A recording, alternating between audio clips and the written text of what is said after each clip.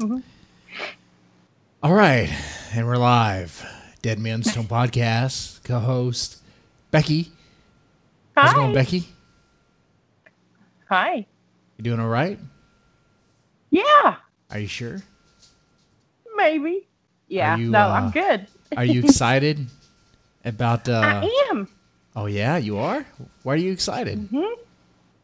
Well, I'm excited about our guest tonight because I absolutely adore her, but we Oh. also have something exciting coming up Friday Oh, we do. We do. and Saturday. Yes. It's almost like we're the giving tree. We just keep on giving things away. Just giving. What is going on? First, let's not be rude. Isobel Blackthorn, how's it going? Hello, it's very good where I am. Thank you. It's not too bad where I'm at either. You know what? Let me try to do your name a little bit better. Isobel Blackthorn. How about you like that? I love the thorn part. That's so, that Yeah. sends shivers down my spine. Oh, thank you. Blackthorn. Don't encourage him. Yeah. You might as well. All right. Now, Isobel, are you Yes. aware of a certain individual by the name of Nicholas Passion? Am I? Oh my goodness. I don't know. Should I be? No. Well, let me just put it this way. There's so many people on the planet. I don't know. Help. This guy called me. He called me the other. Oh wait. Before we go Wait a into minute. this, do we have Let me- any ads we need to can I- read real fast? Just to get that No. out of the way. Okay. Okay, so we're good. We're good. Okay. Can okay. can I explain to her real quick, so that Isabel, do you remember not long ago that James went round and round with somebody on Facebook that was posting all kinds of crap about him and Xtina and Hellbound? I do. And not that was guy. Nicholas Passion. Oh, Okay, dear. now go ahead, Jesse. Oh man. So, if you're a follower of the Deadman Stone podcast, especially when we're on Spreaker, you know that I had run-ins with this guy, and he just kind of came up out of nowhere, you know. And I tried to. I mean, when he came out, he was like saying all sorts of stuff about various people, Brian Keane for one. Stuff like, oh, he stole his social security number or tried to harass him, things like that. Wait a And, minute, Nicholas said that Brian Keane took his social security number? Yeah. Oh, Lord. It's Okay. he still claims it. Like I said, he Oh, called Lord. me yesterday. I was on the phone with him. I was sitting there watching The Raid. Badass movie, by the way. The Raid Redemption. Badass movie. Oh, Now that I've sounds complete. good. No, more. There needs to be more action movies like that. And I'm not talking about like a new Dread remake that is pretty much The Raid reskinned. We just need more of The Raid. Anyway, I was watching it. All of a sudden, I get this strange call. I answer it for some reason. I don't know why I answer it. It is Nicholas Passion. I'm like, what? I'm not even making this up. I wish I did. I was a little scared at first because I'm like, how did this motherfucker get my phone number? So, Yeah. That was my question, actually. So how did he? I don't really know. I need to make sure it's not listed on my Facebook or something. I need to make sure it's not just out there in the open. I gotta nip that in the bud real fast. You know, gotta put the undo on that as soon as possible. But he Well, I called. Oh, definitely it's on think your that you don't want- Facebook. Oh, it's on my, okay. I'm gonna get rid of that after this. I'm getting rid of that. Boom, gone. Okay. So that's how I did it. He's not a super hacker or anything. He was trying to call me. I told him we need to talk anyway. Because, anyway, so he called me. And I was like, wait a second. Is this guy going to be mad at me? After all, I did a few podcasts, whatever, mocking him, whatever. Pretty much reading what was on Encyclopedia Dramatica. The guy is kind of a he's known as a troll. He's known as a joke. And I told him that. I was like, a lot of people see you as a joke. A lot of people see you as a troll. And it's just about every other person in the horror writing community sees you as this racist, homophobic, misogynistic troll. And, here's the thing. I'm like, maybe you need to clear the air. Maybe you need to address those concerns. Talk about it. Out in the open. Not on a long page rant that no one's going to read, because no one's going to read it. But they'll listen and they'll watch. And I don't know. Let me ask you this, Becky. Let me ask you this, Isabel. Excuse me. Bless you. Bless you. Thank you. Can a troll be redeemed? Oh dear, that is a tough question. Mm-hmm. I think it's up to him. Yeah. To redeem I agree with that. Now, and it would take a long whether time he- for this community to forgive and forget. Well, yeah, Oh, and yeah. he'd have to move on to a different community, maybe fantasy, maybe he'd fit in there. I don't know, maybe westerns. He could, wear a hat, get a horse. I've no idea. But, Maybe. Maybe a hat Or a and a cowboy. horse. change.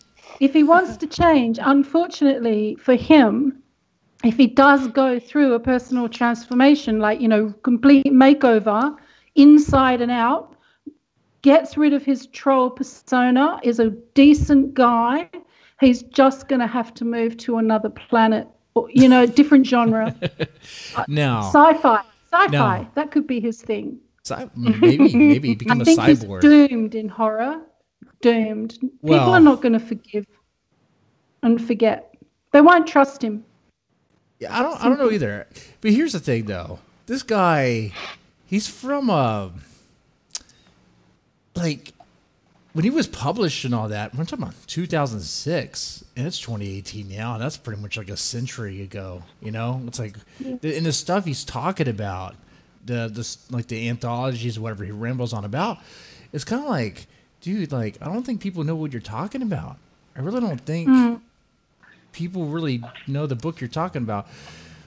But I'm willing to give him, I'll say this.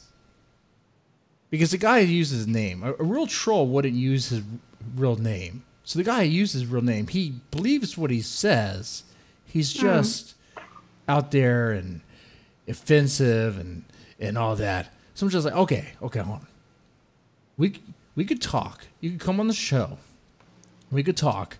And maybe we could start your redemption arc if you're up to it, because it's up to you. It's up to you if you want to, start that. And I think that's the beginning of anything else that could come out from it. I mean, if you want any sort of change, that's where it begins.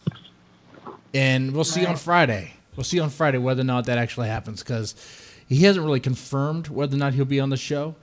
But I'm going to call him Friday. I mean, he called me, I answered. I'm going to call him and see if he answers. This is spoken like a true radio host, I have to say. Thank you. Good luck. Yeah. Good luck. Thank you. If he doesn't answer, I know some other people we can call. Well, I hope he does. That's I a hope he different does. show altogether. Because I hope he does too. I don't want to shit on him. I don't want to talk bad about him behind his back. When I did those, I think it was a 3-part thing. I know I was reading the Encyclopedia Dramatica, and I was pretty much talking behind his back. Before I did that, I did offer him to come on the show to clear the air. I'll offer that to anybody. But I also found that there's a lot of drama and stuff about him already open on the internet. So I pretty much read that. That was already there. If he wants to come on and talk, he can come on and talk. I'll be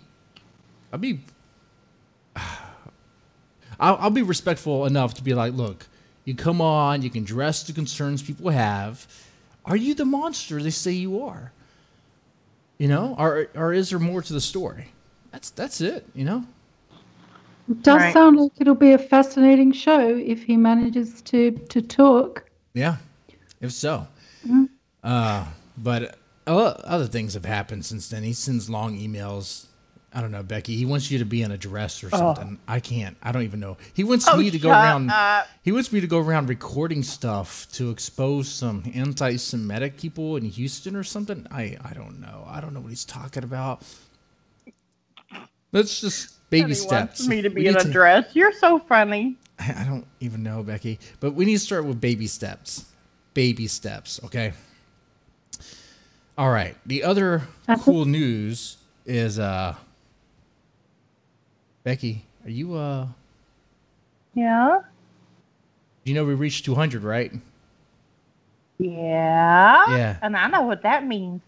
Yeah. That means you have to eat bull balls. Yeah, I have to eat a bunch of bull balls, and I order them. I ordered some balls and this your morning. co-host Holly. Oh, Holly. I mean, wait a minute. You'll have a co-host named Holly. You're not eating Holly. No, I'm not eating Holly. No. And Holly's a great co-host to have. She's pretty experienced with eating balls, so they're great. I can go to her for pointers. And so I've been tweeting that. I've been tweeting any suggestions, about what I should do, if there's certain beverages I should consume to help wash the taste. And I think I got it. So, oh, by the way, you know how hard it is to find bull balls? Yeah, didn't you have to order them? Yeah. Yeah, I don't even know if it's really going to come through or not, or if it's just a prank order. We'll find out. It wasn't cheap, but we'll find out. Where did you order them from? It's like exoticmeats.com. Bullballs.com. Well, you can always go out into the field somewhere and swipe you a pair. Go out in the field and cut off some bull balls and eat them raw? No, I didn't say you had to eat them raw. I just said you could swipe a pair. I don't know if that's going to work. But if you're going to do that, I'm coming and bringing the video camera. Oh, man. Okay, well, we might as well. Might as well make something of it. Shit. Oh, man. So that'll be exciting. So that's what's happening this week. They should arrive tomorrow. Or Wednesday. My Lord. Please record opening the package or whatever it'll be recorded. Come in. It'll be recorded, and the cooking process will be recorded too. I'll do that live in the kitchen. Now, so this week, Friday, we have the possible Nicholas Passion show. And then Saturday, we have the balls, Jingle Balls show, which might have the fried balls for that. So, oh, Isabel, you think you know what the show's all about. Hey, Becky, why don't we just roll right into the news? Why don't we roll into the thick of it? Okay, well, let's see. Let's do a funny one first. All right. Okay, high school football players suspended for running naked with Oreos wedged between their butt cheeks. What? Wow. I mean, it wasn't just running naked. These motherfuckers ran naked with Oreos wedged up their ass cheeks. I want to know how people knew that they had Oreos in their crack. That's a good question, Becky. I think we need to put our top investigator out there. We need to find out. Who would that be? Maybe Nicholas Passion can go out brother. There. Oh, your brother? Oh. Yeah, my brother. Or Holly. Or Holly we would can send be a Holly. good one for that. Yeah, we send Holly out there. Yeah. She's pretty experienced around that. So wait, is there more to the story? Football players. Yeah. Okay. 10 football players at Northern Illinois High School were suspended from the team for 3 games last month after they ran across the field naked with Oreo cookies wedged between their butt cheeks. Mm. It was called an Oreo run. Is this like the new challenge? Is this going to be like on YouTube? Is this going to be like Instagram and Facebook? The Oreo as long as they're not challenge? eating them afterwards, I don't care. No, that's part of the challenge, Becky. It's No. This is weird. Who does this? Who? Let me ask the chat. Obviously, 10 football players from Illinois. Oh man. I mean, how hilarious is that? I read that headline and I cried. I laughed so hard. I mean, really? I mean, I mean, it could be so much worse. At least it was just Oreos and naked. I mean, they weren't killing each other or something this time. Yeah. I mean, can you imagine the thought process? I mean, how does it even become a thing? They're sitting there on the bench or whatever, in the locker room, like, hey, put these Oreo cookies up your ass and go run. Now you have to keep it wedged in your ass. It was more like, let's see if we could run across the field with an Oreo stuffed between our butt cheeks and not drop it. I'm sure. So it's like initiation. Yeah, probably. Like or hazing. It was one of those, here, hold my beer and let's see what happens, that kind of thing. Well, this is what happens when they lower the bar. Who could join the the team? Participation trophies, and everybody's a winner. Okay, what else we got? I don't know what's gonna top that. I don't know if I can either. Pewdiepie zooms past 73 million don't know YouTube who he is. subscribers as fans rally to keep him ahead of T-Series. I like how Becky's like, Pewdiepie. Now this is a pretty big thing, especially on YouTube. Pewdiepie versus T-Series. Oh my god. Mm-hmm. Pewdiepie has been number 1 on YouTube for the longest. Long time. Mm-hmm. Yeah. And no one has topped him. But now here comes T-Series, which I don't even know what T-Series is. Like, does it tell you? I think they're like I don't either. Bollywood, like Indian, like video, what thing? It's an Indian entertainment conglomerate. Okay. Whose YouTube channel features music videos. No. I know I have some listeners that are fans of Bollywood, but let me tell you, I support the individual, not the conglomerate. No, this is David versus Goliath. Okay, that's what I'm seeing here. Okay, and Pewdiepie is David right now. T-Series is Goliath. I didn't have to spell that out. Okay, I mean, you have like an MTV of India coming in. I mean, they already have the numbers game. Right. I know PewDiePie has been hit with a few hit pieces. He just got in trouble. But I stood beside him. I support him all the way through. I was like, man, you know what? Everyone makes mistakes. He's a funny guy. Yeah. And I love what he's doing with this. He's really... Well, he got Mark Fischenbach to help support him. He got a boost from him. Oh, yeah. On Sunday. And the support's not over. I think there's even a hacker. There's a hacker out there that hacked a bunch of printers to help promote, to push people, to motivate people to subscribe, and also to let them know, by the way, your hackers are so vulnerable. I hacked it, and I forced it to print this message. But go PewDiePie. Shit. All right. Anything else you want to add about this? No. Okay. All right. What else we got? You ready? Yeah. This one is horrible. Preschoolers served pine sol instead of apple juice at school.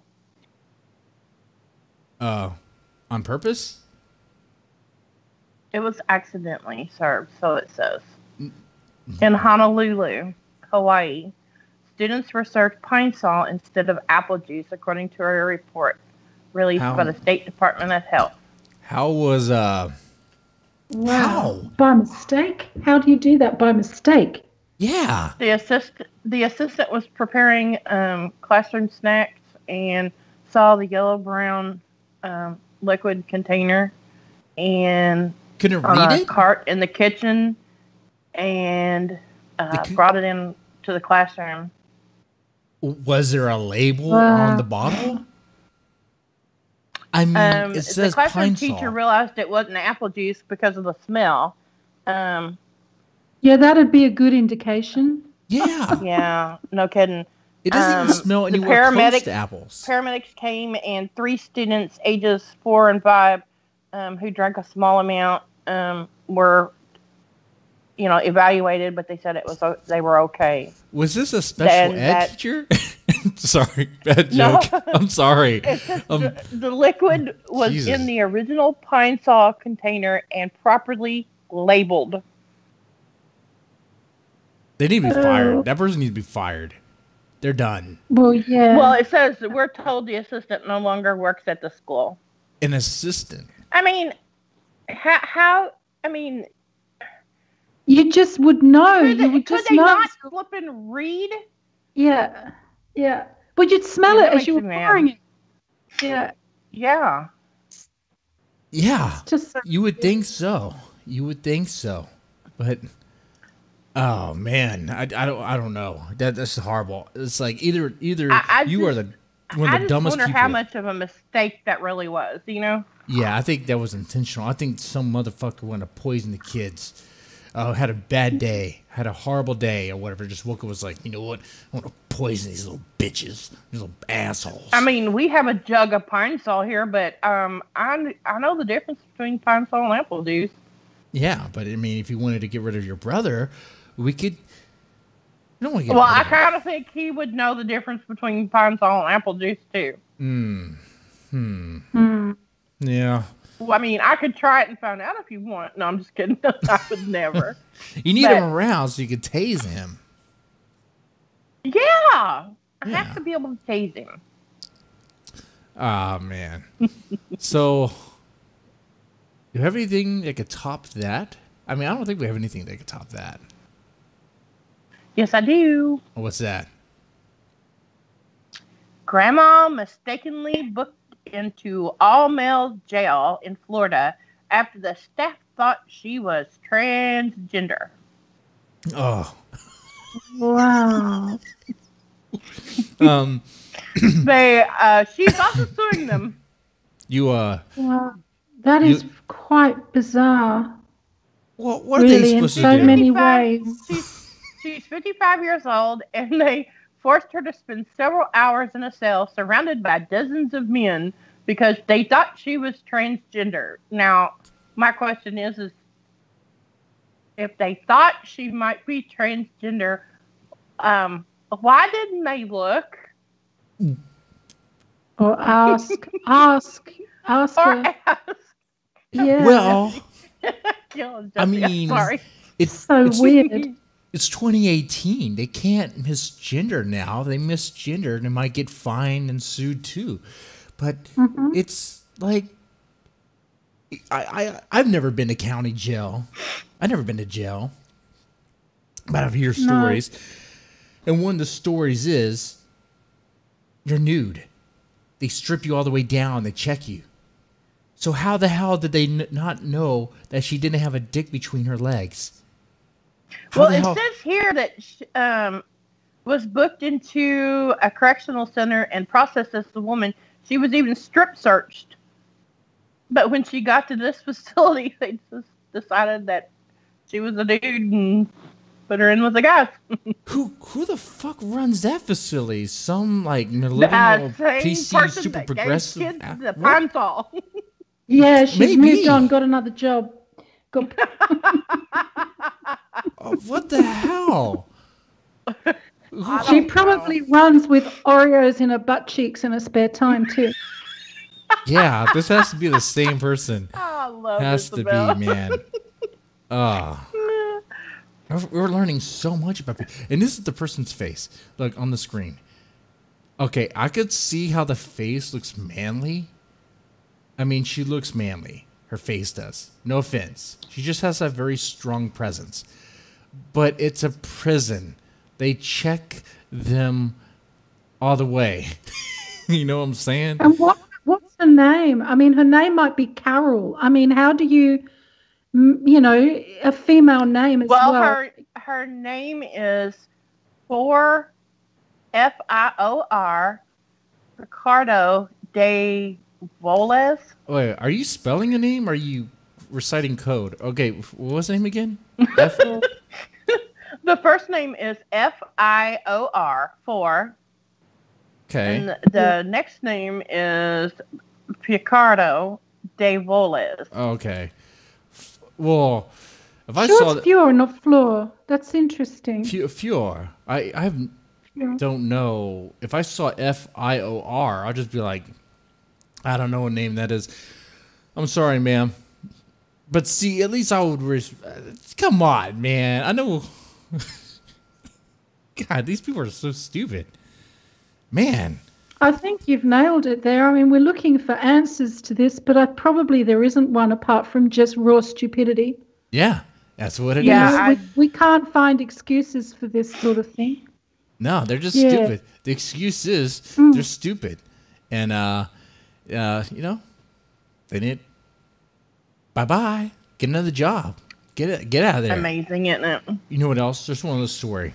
This one made me rage. I think I sent it to you. Did you hear about the teacher? The kindergartner teacher that ruined Christmas for the little kids? Oh, this is worse than Pine Sol. Yes. This is worse than freaking Pine Sol. mad. Oh, man. You know what? Well, by the way, before we go into this, let me just remind you. Yes, I think Nicholas Passillon can do the whole redemption arc thing. I think people can be redeemed.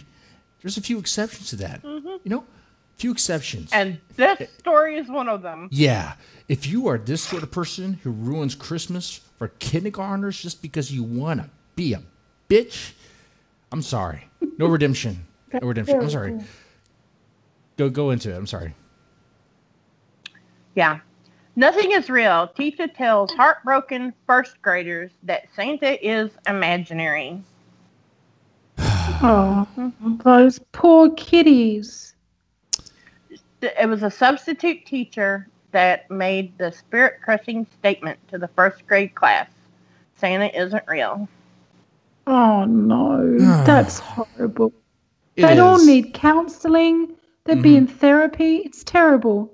Poor little loves. It is. It really is. It's the worst thing. I mean, there'd have been some cynics among them. There'd have been some little 5-year-olds that go, yeah, you know, I know that. But, you know, for the other ones, they just, let them have their beliefs. Goodness. Oh, that's rotten. That's rotten. She told them that Santa isn't real and parents just buy presents and put them under the tree. She told them reindeer can't fly and elves are not real elves on the shelf. It's just a pretend doll that your parents move around. She didn't stop there. Wait a minute. The tooth fairy is not real either because mom and dad sneak into your room in the middle of the night and put money under your pillow. Same goes for the Easter bunny. Oh. She told them magic does not exist. There's no such thing as magic anything. Oh. I'm outraged. But no, the tooth fairy is real. The tooth fairy is so real. And of course the Easter bunny is real. How dare she? Yeah. It's horrible. Did she wake up wanting to be a complete cunt? I'm sorry. I know the word. I know ladies don't like the word. But it's just. Well, no, I have a problem with that word, but I don't at this particular moment in time because that fits. You know, I think it came out wrong because I said it. It sounds so much better when someone with a British accent says it. No, it's about. Oh, say it. She's a party pooper. Oh. It's you know, it's like, I mean, to that's not what he wanted you to say.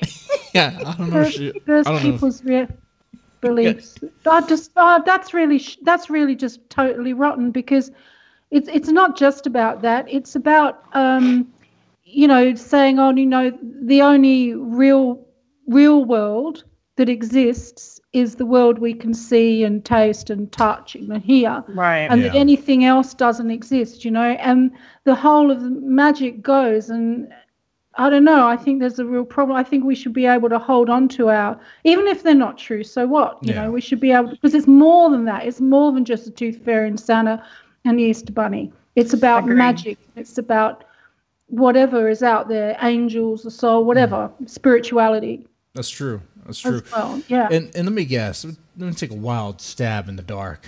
Is she one of those people like, oh, we shouldn't lie to the kids and things like that? Yeah, she sounds like that. Let me tell I don't know. Let me tell her something. Your whole life is practically a lie. Everyone's lying to you your whole life, from your parents to your teachers to professors to your government to the religions. They're all lying. Everyone's lying. Everyone's lying one way or the other. It's all one big giant lie. So you'd be like, no, they need to know the truth. Then why don't you just black pill them? Why didn't you just black pill them while they're kindergarten and be like, you know what, let me tell you something. There's nothing happy about life. What life is about is spinning your wheels in the mud, trying to earn $1. You get close to it, But as soon as you get that dollar, something called taxation comes, where big giant government comes in and takes that dollar. I have your dollar now, kid. That's life. Well, that was her next lesson. Yeah. You know? Yeah, but she was not invited back to play. Yeah. Okay. Oh, God. No. That's horrible, though. I mean, I know, right? If that had been my kid that got told that, they would have wanted to lock the school doors, because I'd have gone up there with my ball bat. I'd have whipped some butt. Yeah. And dragons. She probably doesn't believe in dragons either. Oh, dragons are totally real.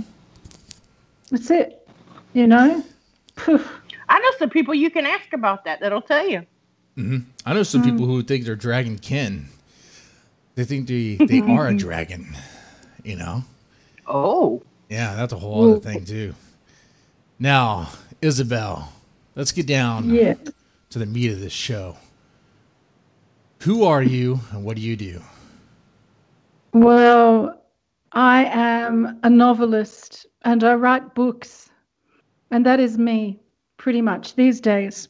That, and I write book reviews. Yeah. Yes, you do. And I write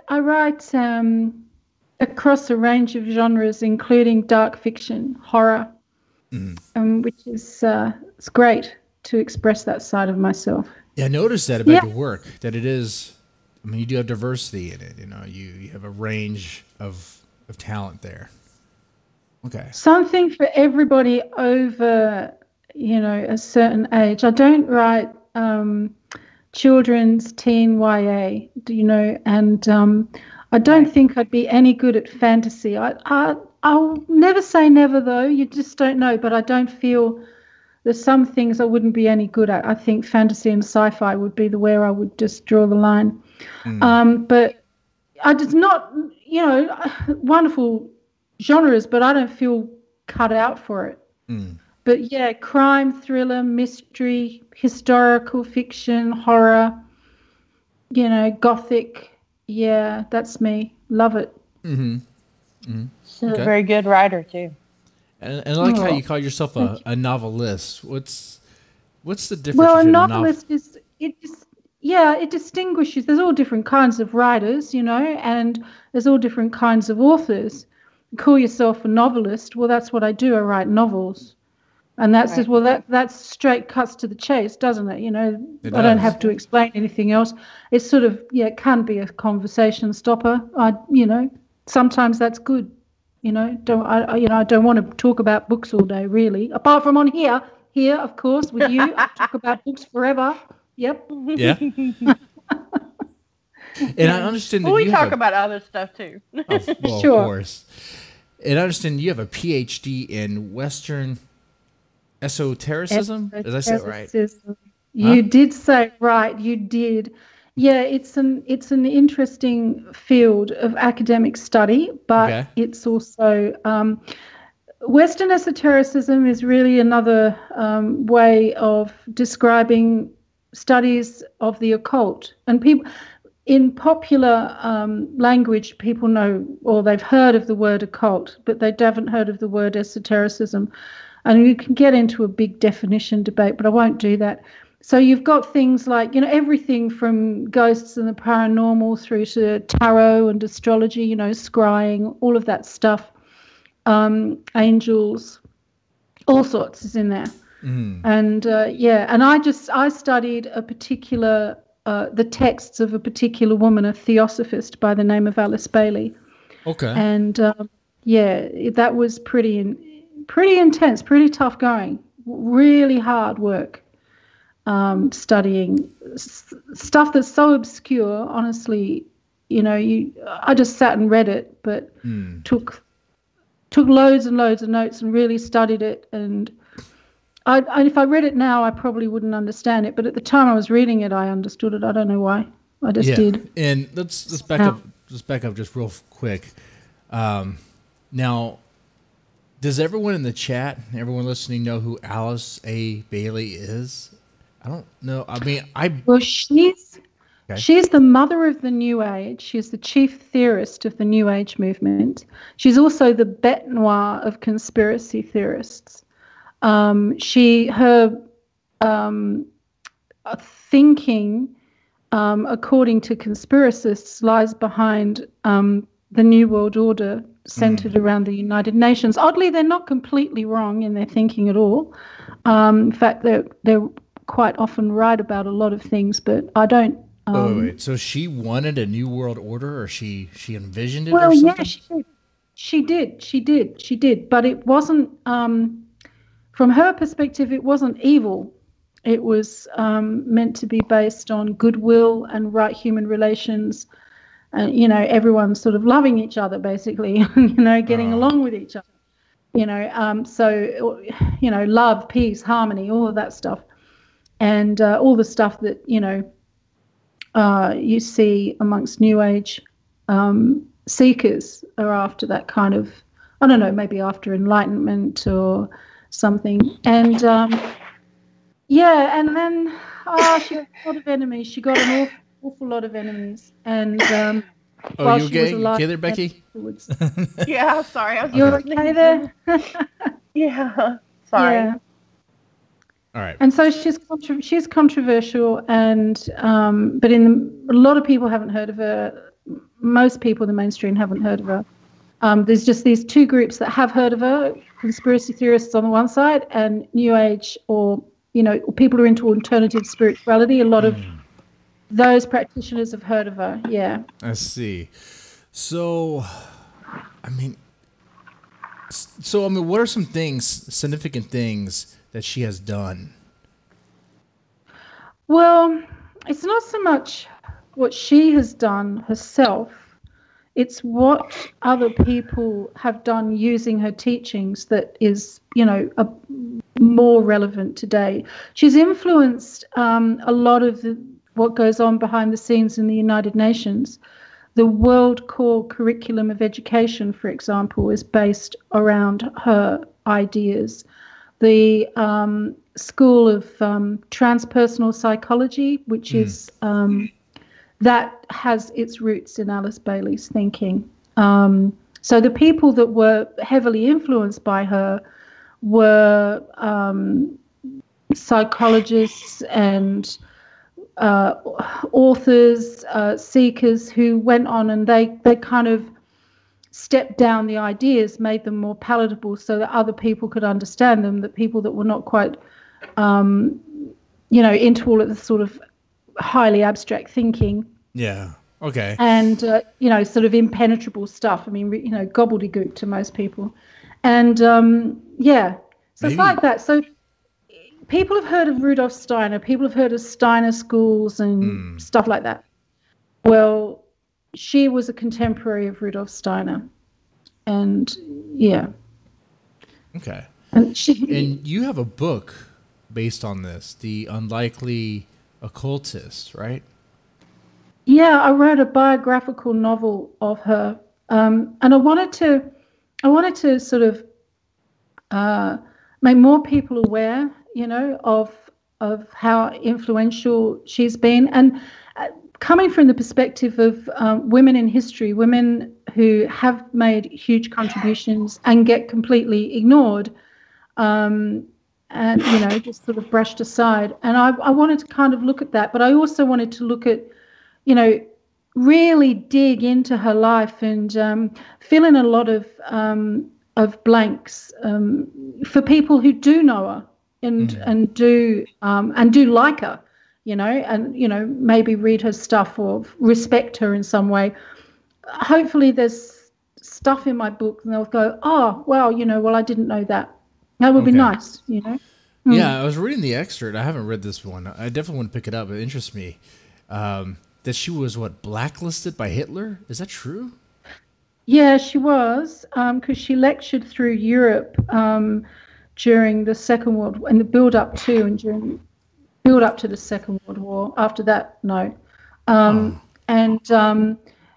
her, one of the reasons why she's so controversial is she said some stuff that comes across as anti-Semitic. Yeah, that's what I was going to get into. That I was going to be like, there's some people who say, hey, she seems anti-Semitic and she has some crazy views on race and evolution, but yep. Well, I tell you what, it's really interesting because a lot of that stuff that she said it right at the end of her life. The things that she was saying that were really controversial came in the last couple of years of her life, and she was by then a cripple. She had a terrible disease, and she was, really struggling to, be alive, and an invalid and in enormous pain. And I personally think that all of that was affecting her thinking, that she was emotionally and physically, wasn't thinking straight. That's part of it. Partly it was because she was a British aristocrat, and she said stuff that shouldn't be said. We've all done that. The trouble is it got published, and, a paragraph here, a sentence there, and she manages to discredit everything else she wrote. Well, I mean, if you want to hold her to it. She wasn't anti-Semitic. She made it really, really clear she wasn't. But from a modern perspective, we would probably say she sort of was. A lot of people around, back then they had different views, different attitudes, different ways of saying things. And now we're like politically correct and we cringe. We go, oh, God, no. But... so I don't know. I'm going to sit on the fence. Well, okay, even for the lazy, like if someone wanted to lazily do the research, which means go on Wikipedia, you could find what we're talking about, where it says, I think when it's talking about the great invocation, or the great invocation. Invocation, okay. Yeah. Where she talks about like what the old is replaced with the new. There was someone... And this sounds like a lot of explanation. Whenever someone tries to label you and it takes a lot of explanation to get to it, it's probably a bunch of bullshit because they're trying to spin it. And it's like, what? All she said was, replace the old with the new.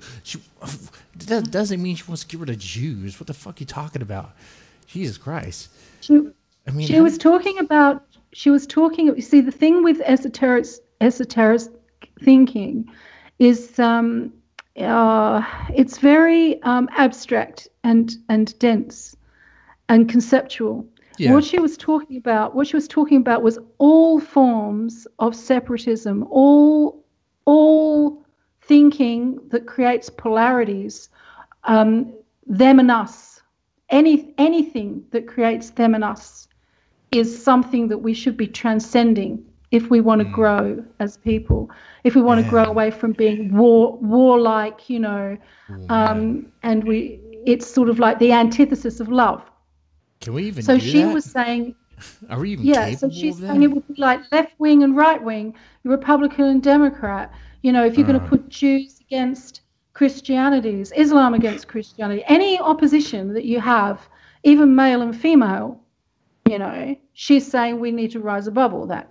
But the trouble is, she gets pinned for it in that way. Yeah, but then everybody,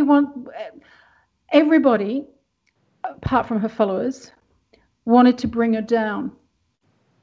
Unbelievably. And your book explores this. Yeah. My book, yes, it does. It does touch on a lot of that. Okay, so now I definitely want to... See, I'm asking a lot about this book. I know this isn't your new release, but I definitely want to pick it up. It was released today. Today. It is a new release? Oh, yeah. She has 4 books that came out Dang. wham. Man, so this in is one week. Oh, 4 books in 1 week. man, 4 books in 1 week. How do you? Okay. So I definitely need to pick up a copy of this. She's talented. I know, right? I wasn't expecting that. There's no way, but I guess so. All right. So which one do we talk about next, man? What's on your mind, Becky? Twerk. I thought I had the gutter brain. Well, Twerk. Let's talk about I'll tell Twerk. you right now, Alice Bailey's hair would be curling at Twerk.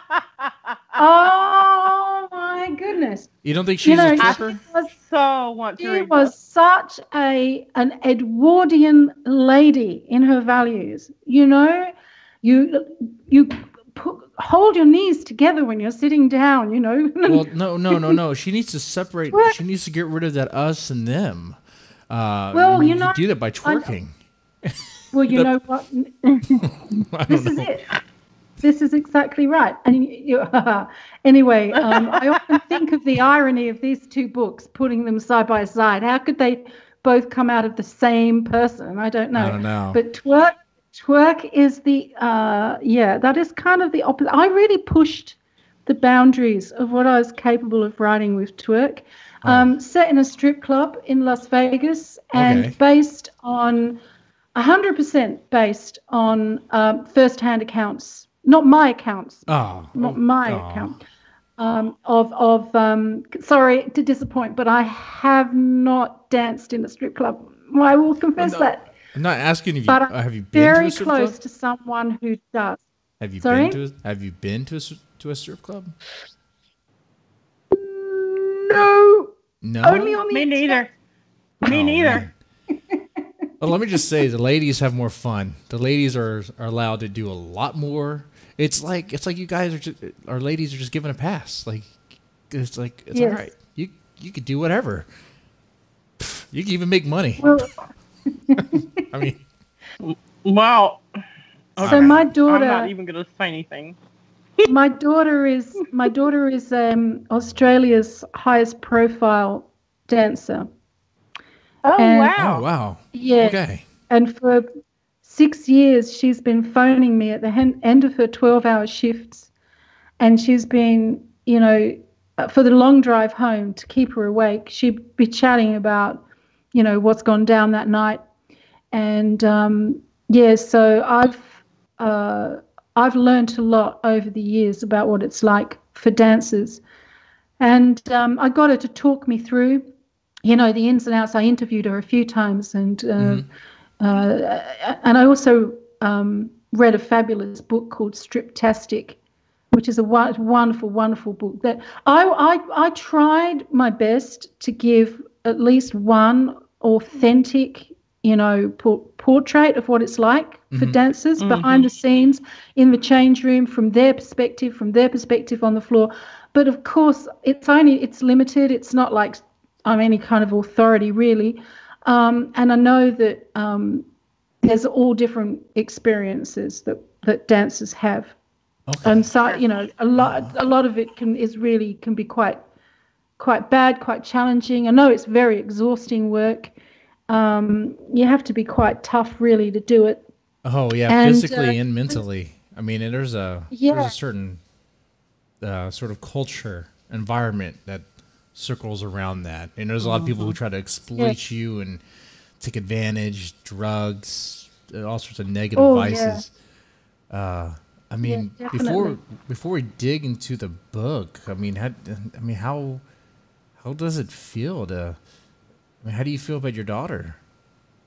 Well, it's funny, when she first told me what she was doing, and she's not all dancers tell their mums what they do. So I was kind of privileged that she actually told me, and then I was like, okay. She was already doing burlesque and circus. Okay. Aerials. She's an aerialist in a circus performance. Oh, wow! And did a bit of burlesque work, which she just couldn't make any money out of. So it was kind of like a little bit of a hop, skip, and a jump to fall into, dancing. And so I just told my friends very tentatively, I said,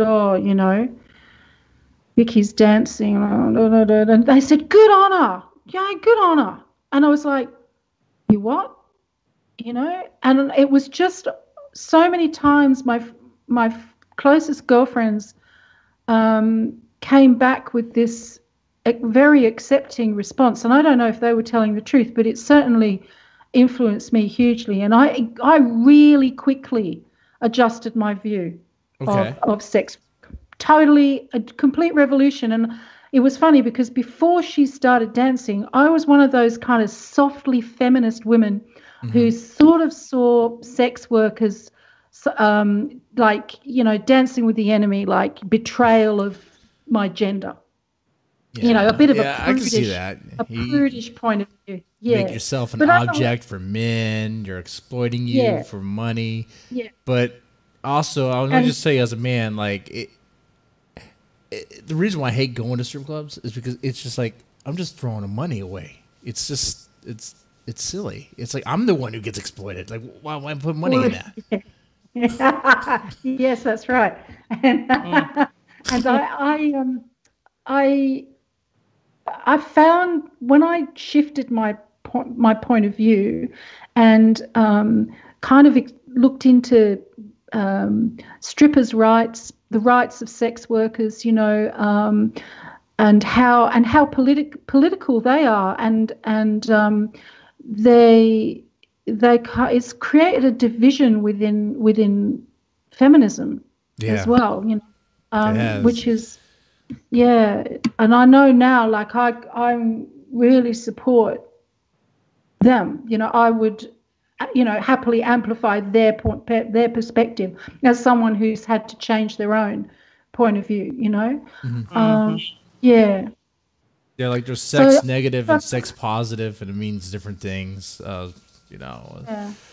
And it's complex. There's always lots to say, you know, but I could never condemn what women who are you know, engaged in sex work. I could never condemn them as women. No. So it sounds like you learned a lot from that. You have a different perspective. You I don't know, respect it, but you definitely see. So I mean, your daughter's being safe about it, though. I mean, she's not.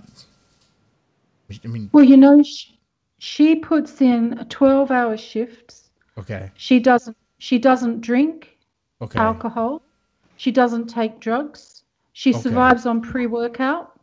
She goes in. She's like a machine. She goes in and she hustles. That's what she's there for. She's doing a job. She's there for the money. Right. Yep. And it's good money. I mean, you know what's interesting? There are actually, you know, some kind of a segue. Some people don't know this, but a lot of times, like the strippers and like, or at least there's a few strippers and porn stars that actually have like PhDs, and I mean they're not dumb broads, you know. No, not at all. Not at all. Just the money is, well, it's there. They're ambitious. Yeah, they're ambitious. They've got careers. They might be using the money to, you know, get ahead, buy a house, get superannuation, set themselves up for life. They might be using the money to get themselves through university. Who knows? Yep. All different things. But there's not every stripper dancers, you know, has that orientation towards money. Some would women go there because I don't know, that maybe they just want the environment to party. You know, there's all sorts. You can't. There's girls who are like, what, I guess weaker mind. I guess they have a weak mind, if you will, or maybe not have the fortitude. You know, they fall victim to like the vice, the drugs, all that. So what happens in Twerk? What's going on in this book? Well, you know, back in 2015, I wrote a flash fiction piece called Twerk, and it was a description of a lap dance, simple as that. And it got published, and I was going to turn it into a novel, and it just sort of sat there for a couple of years and doing nothing. Where can I find this flash fiction of a it's called Backhand. The original story is was published by Backhand Stories in the UK. It's just a little journal, literary journal.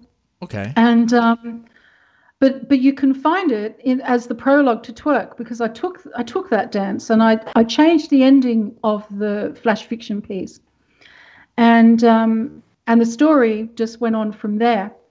And it's kind of, this has actually happened in real life, but I only found out afterwards.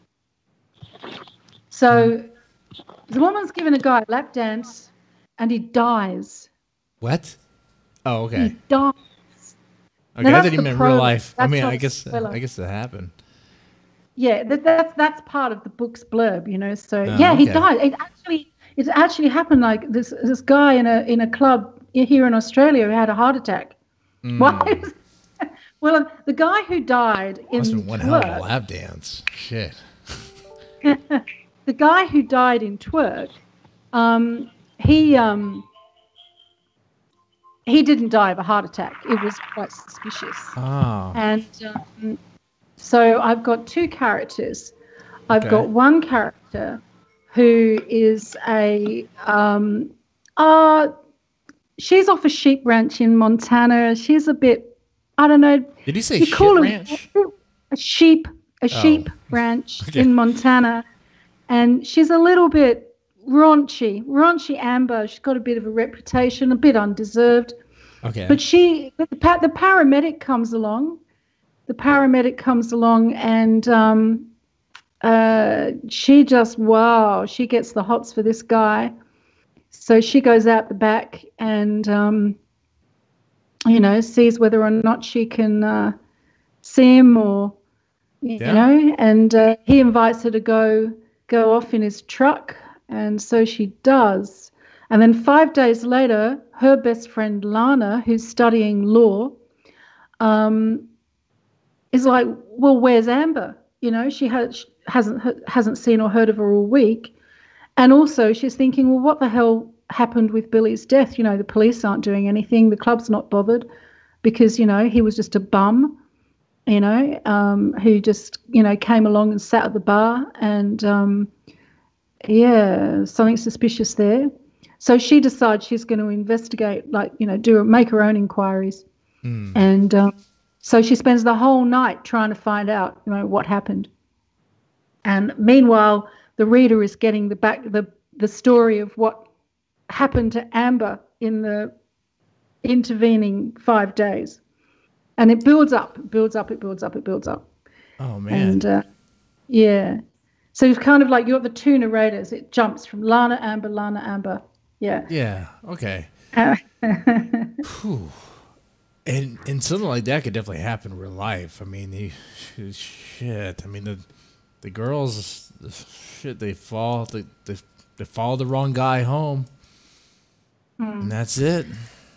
Well, you know, partly I was. I mean, obviously, this is, you know, pure entertainment, and, you know, not based on anything true or anybody. But I couldn't help just exploring the idea of, you know, a dancer going off with a guy and him proving to be not at all what she expected. But I didn't want it to be just you know, one of the clients at the club. Yeah. It's the paramedic. I had this thing about a paramedic. I think it was something to do with the fact that I set it in Las Vegas because, well, why wouldn't you? Fantastic place to set it. And I looked on Google Maps and I found there's a hospital just like a few blocks from where there's a load of clubs.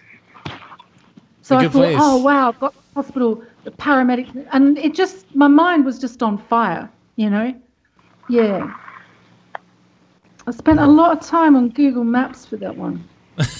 That hospital must be busy with like all sorts of girls coming in thinking they're STDs, all sorts of stuff. You know, alcohol poisoning, I have no idea. drugs. Man. Yeah. Okay. It's really the back end of Vegas. I mean, you've got the strip, then you've got the clubs, then you've got the freeway going through, and then on the other side of the freeway you've got the hospital.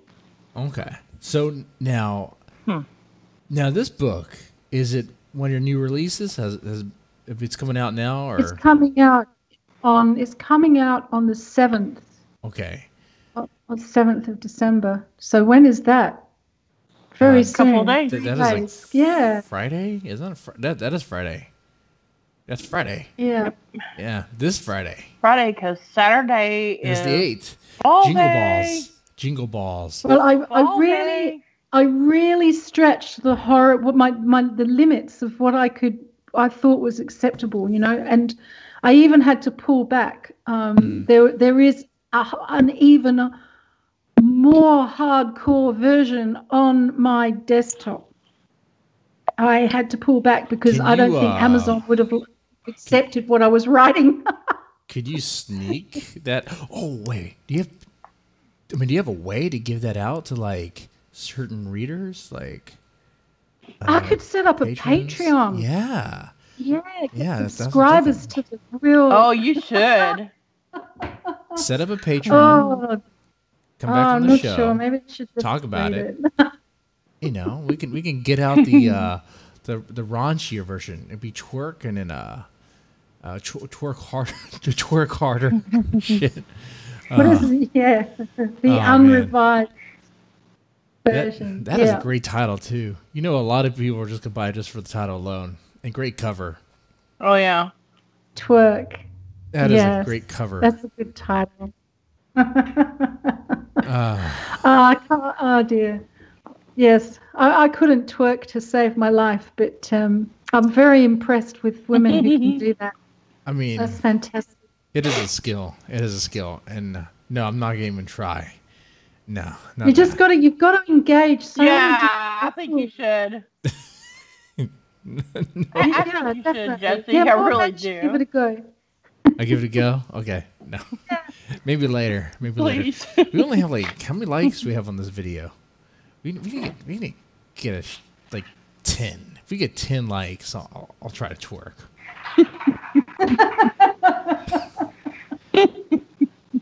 Okay. Well, have you released it to any like beta readers? It's out. It's been reviewed. It's getting reviewed now. A whole bunch of people, and it's people really love it.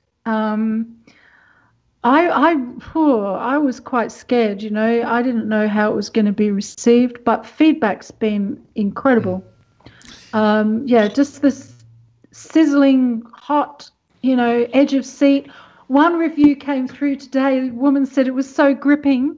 She nearly missed. She was reading it on the bus, and she nearly missed her stop. She couldn't put it down.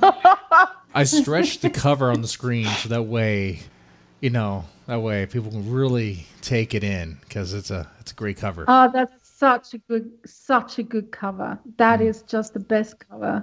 Oh, to almost blow it up and frame it. I think it's so good. I would hang that up. If that was a poster, I would buy it.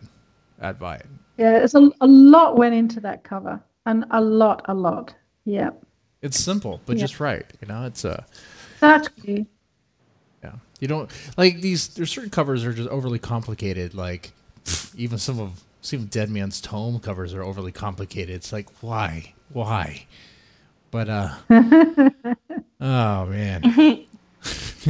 Some of them are. I know. Not that I would know anything about that at all. Yeah, not that I ever showed one on a horrible cover segment or anything. All right. Oh my lord. What There not be one I did. No. You have some other new releases coming out. What else is coming out? Well, I've got Clarissa's Warning, which is a gothic haunted house novel. Okay, just make sure. Hold on. Just pump the brakes real fast. It's set on a. Sorry. Oh, I'm sorry. I just want to clarify something. My 90s side is coming out. Clarissa's warning. So this has nothing to do with like Clarissa explains it all or anything. You don't. No. No, nothing Okay. at all. Clarissa is just my main character's aunt. All right, gotcha. And my main character's called Claire Bennett. And Claire Bennett lives in England, and she's a bank teller. And she wins the lottery. She wins the jackpot. And she goes to her favorite island in the whole world. It's just this desert island in the Canary Islands off the coast of Africa. And she buys this old ruin, this really old ruin, like 250 years, more than 250 years old. And she decides to restore it because, I mean, she's got loads of money, you know. But she gets more than she's bargained for. But she's completely rational, you know. She's a numbers woman. Okay. There's no such thing as ghosts. There's just no such thing as ghosts. So she just explains away everything, all the weird stuff that's happened. No, can't be. There's no such thing as a curse, no such thing as ghosts. My Aunt Clarissa is just full of, you know, the proverbial. And but she has to change her mind eventually. It's a bit romantic. It ticks all the gothic boxes. Very romantic, soft. like yeah, in the gothic, the tradition of gothic fiction has a touch of romance in it. But my damsel in distress is Claire Bennett, she's not having any of it. So she's not your typical damsel in distress. But yeah, it's got the whole ancient architecture, lonely, bleak sort of place. Yeah. All right. I loved it. I like how you had dancers on the brain still. But okay, so she's not your typical damsel in distress, but no, yeah. And she gets involved with spirits and ghosts. I mean, just this weird stuff happens. I mean, because she refuses to believe, she digs in her heels. She says, I am not going to be, barred from living in my own house because of some ghost, the ghost has to go if there is a ghost. Eventually she decides, she's forced into accepting that there is. And then she decides, well, it's got to go because it's my house. That's it. Yeah. And it's that position, instead of her being, all sort of scared and rescued by a man, she's like, no, I'm an independent woman, and it's because of that what happens. No. I can't say anymore because it'd be a total spoiler. Of course. But no. But that's getting a lot of positive vibes back too. That's nice to see. Well, that's good. That's good. Now, with these sort of stories of ghosts, it's not hard to find a story where the character doesn't believe at first, but then later on does. Now, this one, the difference is that she just refuses to believe. Is that what I'm getting? Yeah. Okay. Refuses in to her believe reaction. for ages. Yeah. Okay. For ages and ages and ages, she refuses to believe. Okay. And, she's sort of, she's just a bank teller. Yeah. She's a rational woman who's interested only in restoring her house. Gotcha. But yeah, it does. It's a very traditional book. It's not setting out to be what's unusual about it, what is the point of difference really, is not to do with the Gothic theme so much as the setting. The setting is Fuerteventura, which is one of the Canary Islands, and I explore the history of the islands and some of the myths of the islands, and I've brought those into the story. So there's this themes running through that are all connected to the island. And yes. Okay, that's pretty cool too. Just the attention to detail and a different style for the narrative. the Yeah, well, I kind of romanticism. yeah. Yeah, because I started when I started writing this story, it wasn't that I set out to write a haunted house story. It was that I wanted to write a story about the island and about the certain parts of its history and a certain little discoveries that I made. I don't really want to reveal because they also ruin the story. And then I thought, well, how am I going to put all this together? You know, what kind of genre? You know, what should I do? And then I thought, I know, it's pretty obvious. You know, haunted house, and you know, Gothic. I really wanted to explore the idea of Gothic, especially Gothic as bleak. Yeah. You know, bleak landscapes. We're talking you know, vast, flat, rocky plains, barren mountains. You know, sort of middle of nowhere kind of atmosphere and real isolation. And yeah, so I wanted all of that in there. Okay. So hopefully I've pulled it off. We have a question in the chat. All right, go ahead, Becky. How much does feminism, if any, influence your writing? Oh, that's a good question. Well, it does.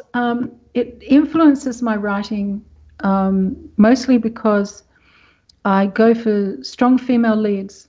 Pretty much all of my writing involves strong female leads. Women with a head on their shoulders, women who are strong, you know, one way or another. And I'm trying to portray men in a positive light because I don't want to be. I'm just thinking of the legacy of old Gran Parks. There, have you read that, Becky? Yes, I have. Yeah, what those women do to those poor men. You kind of. I know. It's a great book, though. It's so great. I love it. I wrote that. I was giving just a rambling answer to this question.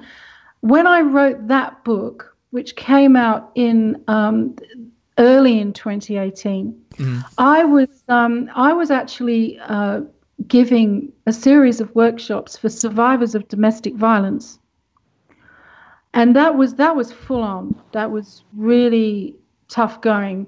You know, the stories of the women told me. Yeah. And I emotionally put that into Gran Parks. I thought, well, you know, if you've been a victim of domestic violence, the one thing you will have running is revenge. You will think in your imagination of all the things that you would do to the perpetrator if you could get away with it. Yeah. And of course, most women, or victims, I should say, don't act on those impulses. Yeah. But in Gran Parks, they do. Okay. So what happens in that book? Completely lawless. Oh, it's called. And in the prologue, Gran Parks is so sick of the domestic violence that she's been suffering at the hands of her policeman husband that as he's about to attack her, she reaches for a meat cleaver and hacks him in half. She feeds one half of him to her dogs, and the other half she puts in the freezer. I will add at this point, like the bottom half. Like, what is she preserving in the freezer there? I don't. It's never explained. It's never explained. It's just it's a comedy, not just a comedy. It is comedy. Oh, yeah. okay. So she keeps exactly what I think she keeps. Okay. So we're not meant to take it all that seriously. Gonna have some sausage in the morning. Is that what she's gonna do? Have some. This is sort of thing. No, we move on to big pies after that, of course. Drawing the Sweeney Todd. Yeah. Oh, man. All right. That's another one that's coming out. Is that one already out or is it coming out? That's already out. It's already out? Okay. And what's the reception for this one? That's been very, very positive too.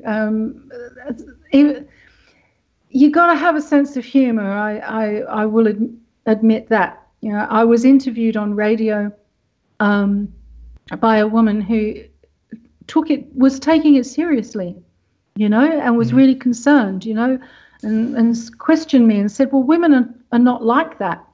And then I explained what I explained to you about the domestic violence workshops and this whole revenge, you know, desire for revenge. And I just put it into a comedy, you know, really absurd and out there. And there's nobody in it that you would like. And there's no one in the novel that anybody would really like. You're not meant to like anybody.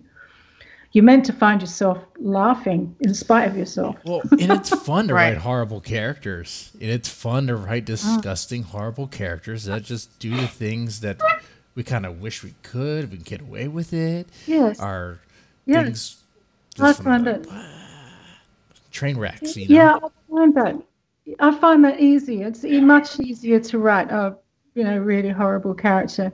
You know, in Twerk, for example, the paramedic, he just came completely naturally to me. And it's slightly disturbing, don't you think, that we can conjure these evil perpetrators of awful violence and the human mind's capable of a lot. I mean, our imaginations are capable of a lot more than most people give credit for. I mean, we can I mean, just look at the torture devices we come up with just for fun. It's too real for words, isn't it? Oh dear. When you're bored, you don't have TV around, you don't have Fortnite, you don't have Red Dead 2. Yeah. Let's torture some people. What are you doing? What happens if I shove this pike up your ass? Will it go out of your mouth? Let's see. Oh, man. Now, Lord. There's one other book we haven't talked about yet. Let's see. What is it? Oh, Cabin Sessions. Let's talk about that one. Oh, I was just about to mention the Cabin Sessions. I'm glad you brought that up. Talking about twisted characters, you know, some characters, you invent them, really. You know, you decide what they're like. But in the Cabin Sessions, which is set in a cabin in the woods, big cliche, that one, log cabin. It's an open, but it's a hotel, a little pub in a tiny weeny little village. In a town called Burton, but you're never really sure where it really is, you know. And it's Christmas Eve, the night of a blood moon. Throw in some gothic elements there. Oh, and a stormy Christmas night, blood moon. I like that already. Okay. Yeah, stormy night. And it's an open mic, and there's the 12 regulars in the open mic that turn up, and it's all about what happens on that one night in that room as the storm rages and more things happen. And of course, everybody there is larger than life, you know, bizarre characters. And a lot of that was based on the fact that I went to an open mic every week for 2 years. So, and it's dedicated to my last partner who hosted an open mic. So again, it's an open mic for like a band, or just poetry? Or? Yeah, musicians. Do you have open mics? What do you call them in America? Open mics. Open mics. They're open stage. They can be train wrecks. So anyone can come and play. Well, the thing was, I knew who I wanted one of the characters to have a family member back at home. Yeah. And I originally had a wife, and I thought, no, that's boring. I'll have a sister. So I had this sister, and I started writing from her perspective. And her name is Eva Stone. Well, Eva took over the narrative. Eva had me waking up at 4 o'clock in the morning.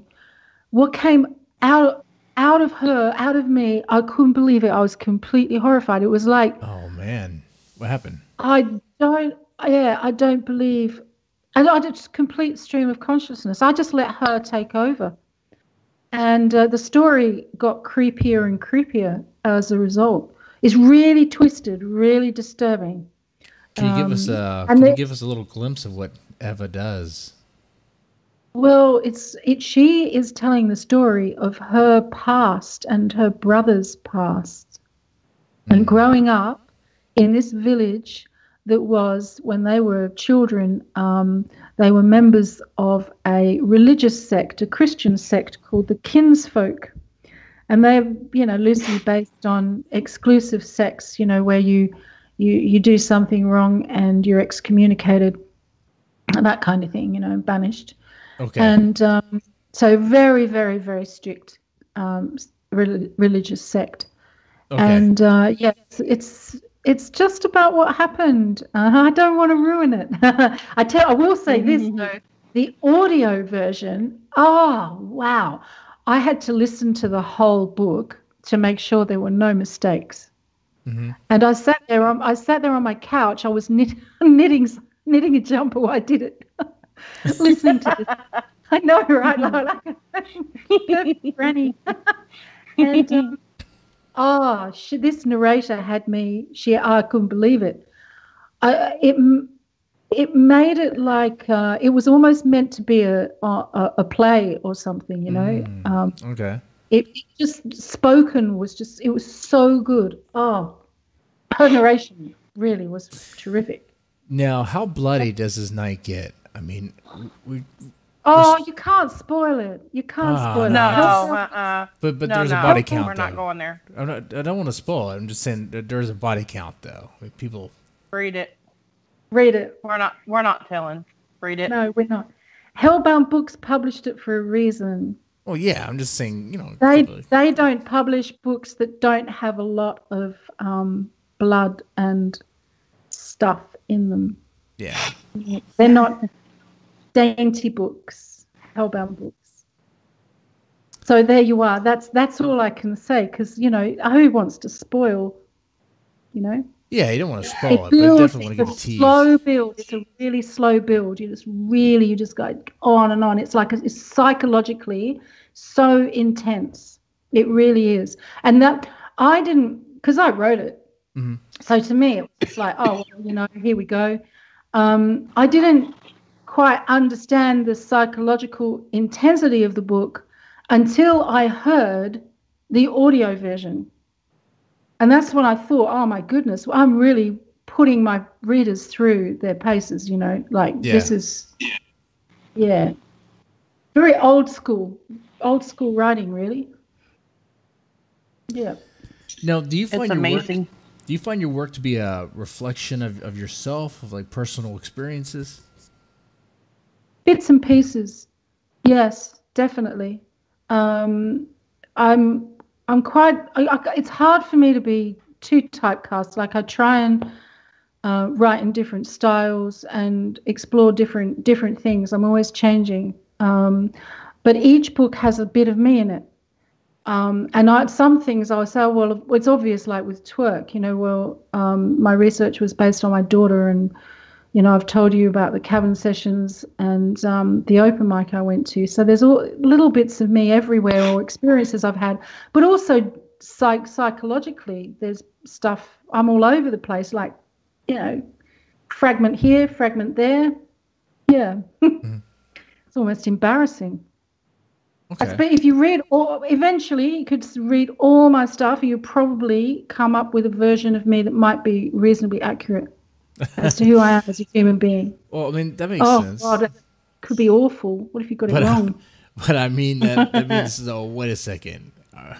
What elements in, let's say, cabin sessions or Twerk or whatever, where's Isobel on that? You know what? I'm not telling you. I am not telling you.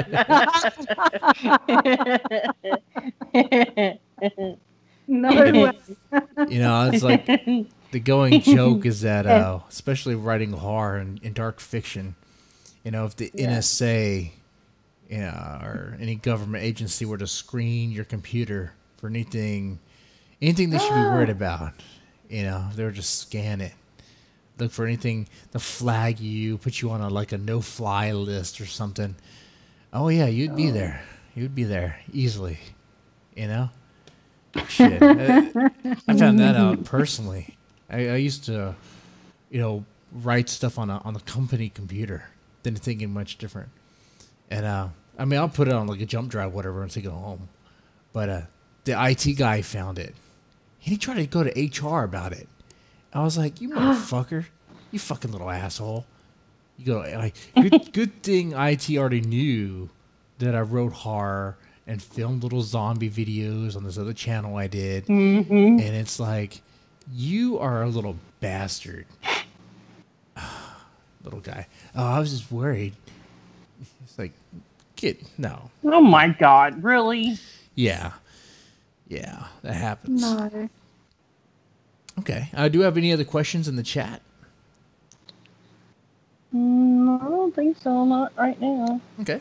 And Becky, do you have some questions I didn't ask? I think you pretty much covered everything that I was going to ask her. Oh, okay.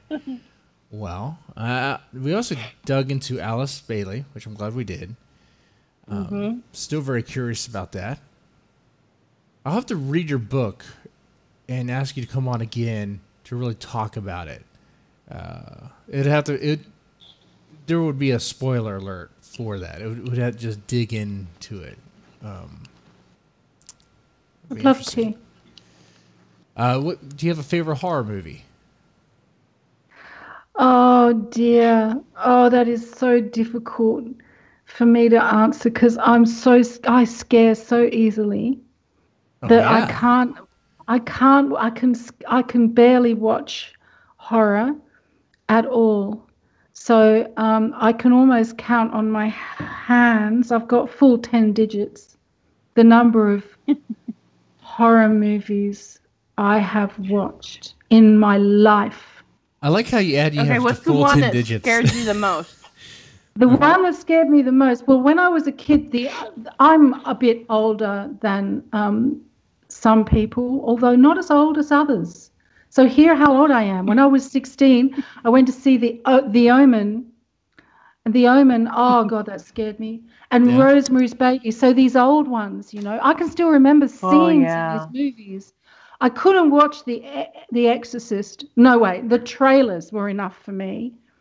And Carrie as well. Like the trailer scared the crap out of me, that did. Like, I don't know, can't watch it.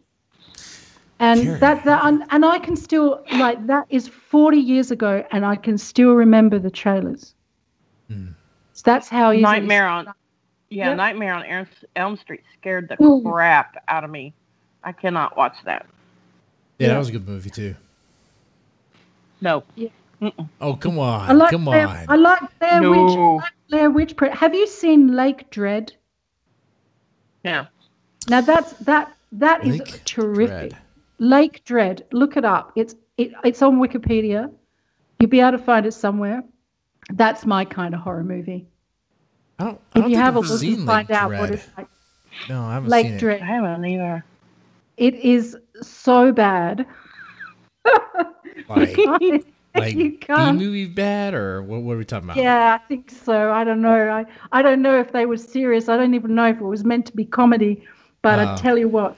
You should watch, okay. You should watch Brett McCormick's Replicator. You should watch that. Ooh. Oh, yeah, she would like that. Would I like that? Three sisters and their friends cross paths with a family of bloodthirsty killers at a late relative's backwoods home. Oh. Is that sounds like Lake Dread to me? Yeah. Yeah, that's what it is. Yeah, that's just really, it's so bad. You got to watch it. You'll be talking about it on Deadman's Dome, I swear. All right, I'll give that a and shot.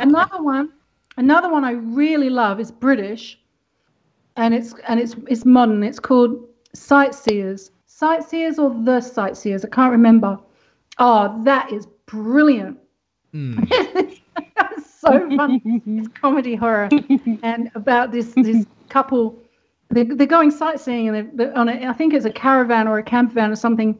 Okay. And they just go wild, and I think they reverse run over a guy in a car park in a parking lot because he dropped an ice cream on the pavement. Did they? And it's Did they try to get rid of the body? This sounds kind of like I Know What You Did Last Summer. Did they try to get rid of the body and hide it? I can't remember. I'm not sure that they didn't just drive off and leave him there. It was the weirdest, off the wall, but it was, it was.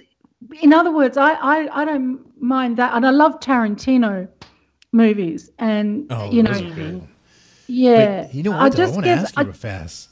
Like, what do you do in that situation? Let's say you're driving, right, and you're being as careful as possible. But like neighborhoods, they have cars along the road sometimes parked. Let's just say while you're driving, a kid darts right in front of you. You slam on the brakes, Jesse, but you hit the kid. What do you do? Well, you call 911. You stop and call 911. Get out of the car and see if you've killed the kid. Oh, but your whole life is over. But then. your instinct will be to throw the gear stick into reverse and get the hell out of there. But it's not the right thing to do, is it? Well, either way, you're fucked. I hope it never happen. Oh, don't. Yeah. That's awful. I hope it never happens too. Yeah, it's a complete accident. You didn't want it to happen, but it happened, and you're fucked. You're fucked no matter what. Your life is over. Get ready. You're wearing orange. Can we run over somebody besides a kid? Well, that's what makes it. That's what makes it like a what the fuck, like a situation. Because I mean, if you had a teacher that was telling kindergartners that Christmas is fake, it'd be like celebrated. Be like, yay,